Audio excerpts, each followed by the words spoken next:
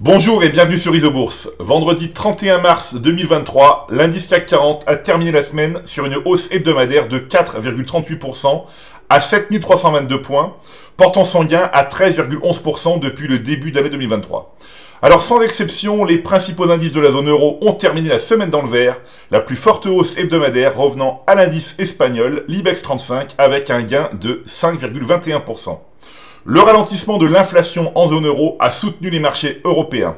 En effet, l'inflation a ralenti plus fortement que prévu en mars en Espagne pour retomber à un plus bas depuis août 2021 à 3,3% sur un an après 6% en février. Le principal indice de la bourse de Madrid, l'IBEX 35, évolue au sein d'une tendance favorable à moyen terme depuis le croisement haussier des courbes de pression Isobourse 5 et 20 mois validées en janvier 2023. L'indice de la quatrième économie de l'Union européenne n'arrive qu'en troisième position des plus fortes hausses de la zone euro depuis le début d'année 2023, avec un gain de 12,27%. En effet, c'est l'indice italien qui réalise la meilleure performance depuis le 1er janvier 2023, avec un gain de 14,37%. Comme l'IBEX 35, le principal indice de la bourse de Milan, le FTSE MIB, a terminé le mois de janvier 2023 sur un croisement haussier des courbes de pression Isobourse 5 et 20 mois. Plus largement, à l'exception de Bruxelles, les principales bourses de la zone euro, Francfort, Paris, Milan, Madrid et Amsterdam, évoluent désormais au sein d'une tendance positive à moyen terme depuis le début d'année 2023.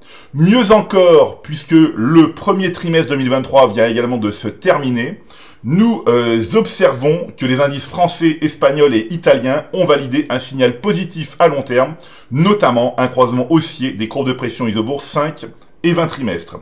Sur le plan des valeurs maintenant, près de 60% des 200 plus grandes actions de la zone euro évoluent ou sont en train d'entrer dans une phase haussière de moyen terme. Malgré le vent de panique sur le secteur bancaire mondial en mars 2023, force est de constater que les grandes actions de l'Union européenne ont bien résisté. Si vous êtes utilisateur du logiciel Isobourse et habitué de cette chronique, je suis persuadé que vous n'avez pas succombé à la volatilité de ce mois de mars 2023 et que vous avez fait preuve de rigueur et de patience en conservant les valeurs dont la tendance moyen terme est toujours haussière, c'est-à-dire les valeurs dont la courbe de pression Isobourse 5 mois évolue toujours au-dessus de la courbe 20 mois. Le consensus Isobourse est un outil efficace qui permet d'identifier rapidement les valeurs intéressantes et celles qui demeurent dangereuses.